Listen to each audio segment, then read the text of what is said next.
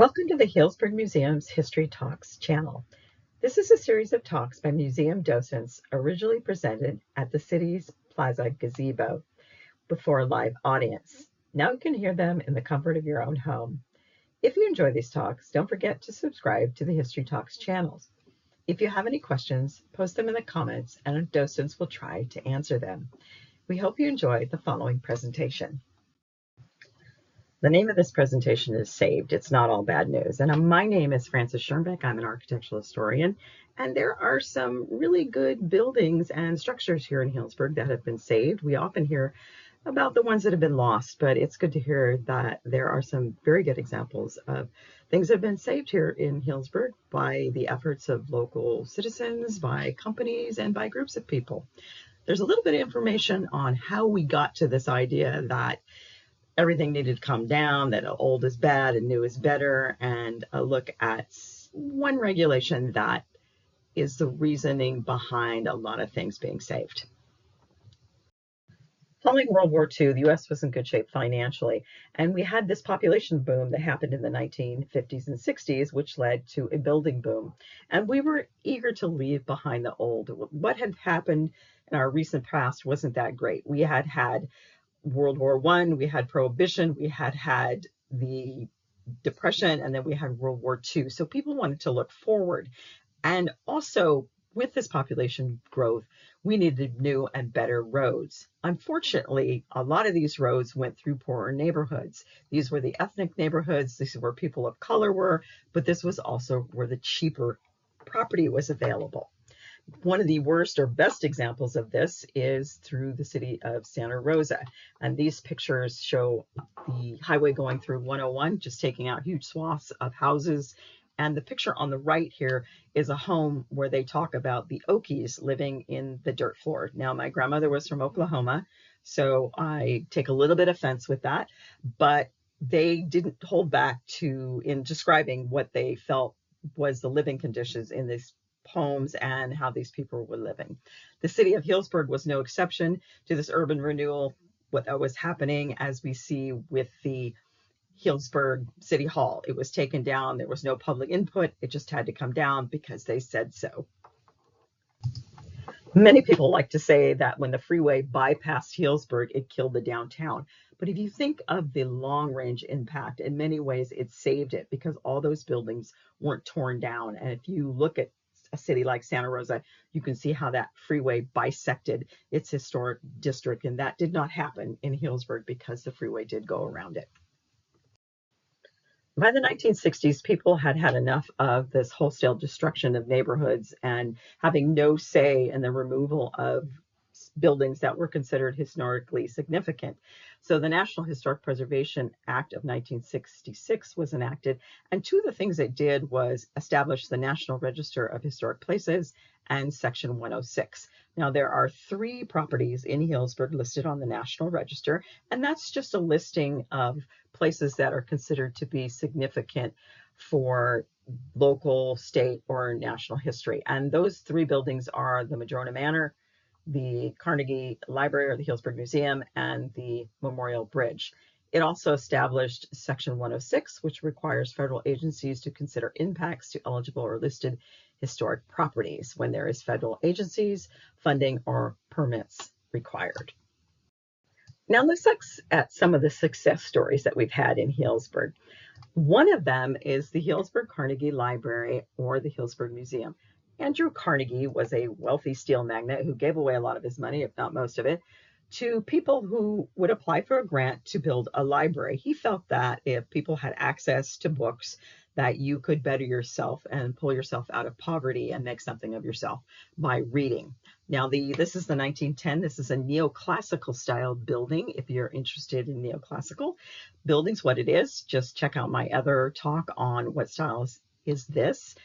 But the Healdsburg Library came about because the city applied for a grant and was awarded $10,000. But then they decided along the way that they wanted some more money. They went back to the foundation and said, we need more money. We want to raise the library up. And the foundation basically said, not our problem, figure it out. So they did figure it out. And that is where we have our library today, our Carnegie Library, which was designed by local architect Brainerd Jones.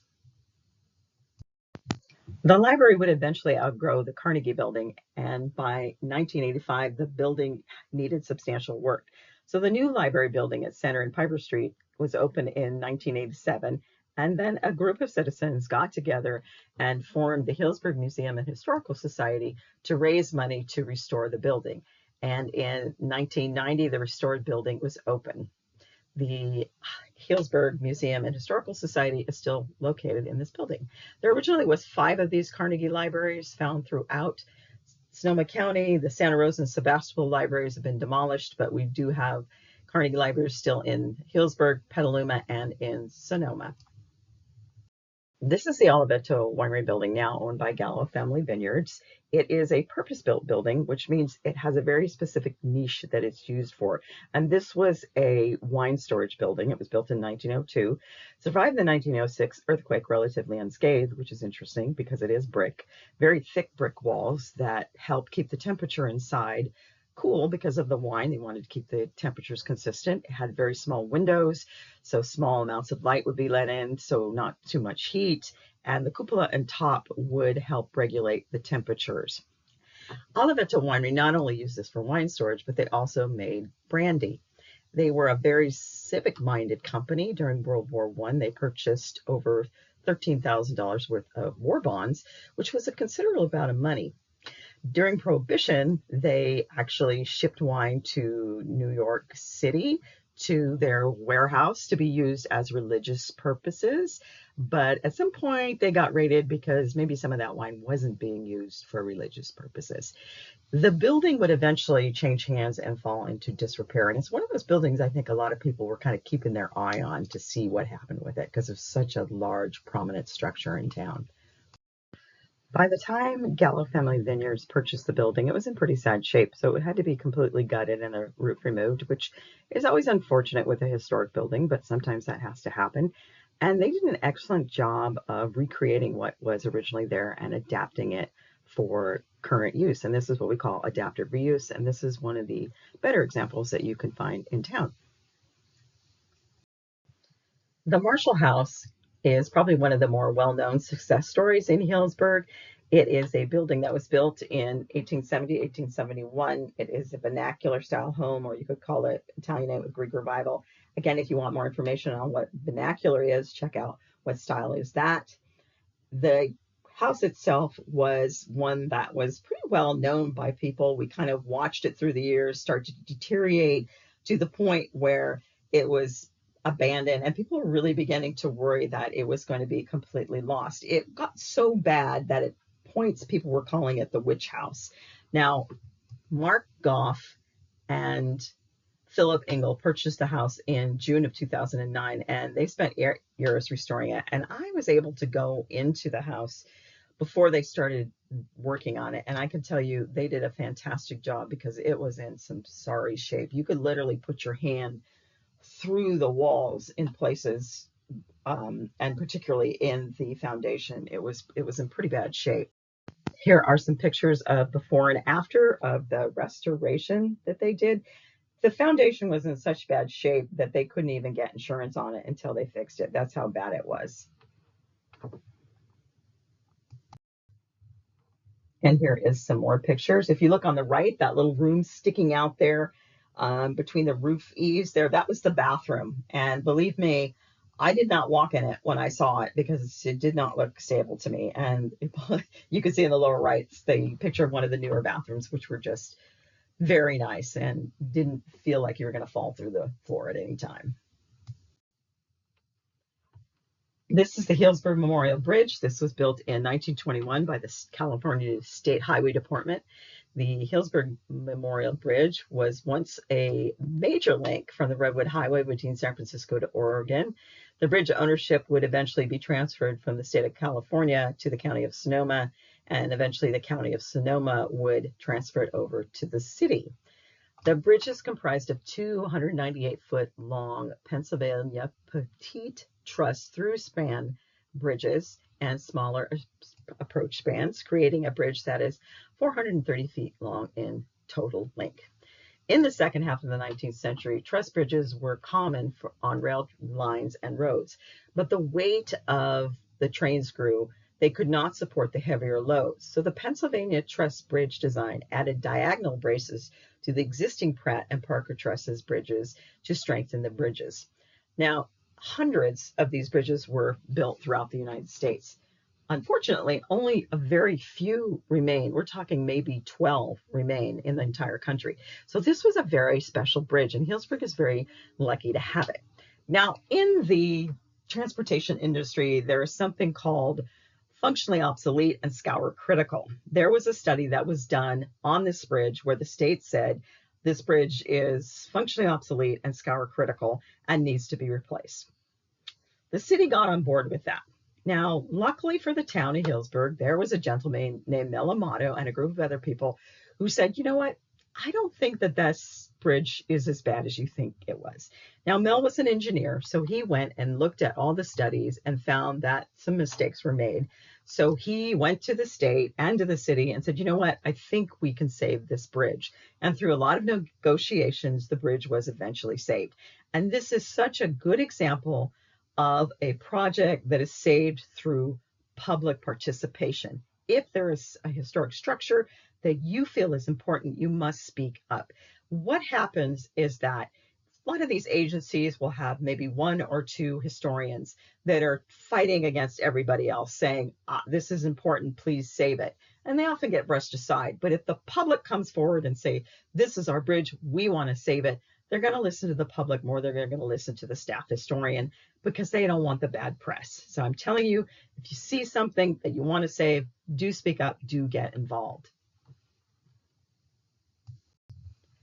And here are some of the pictures of the bridge being restored.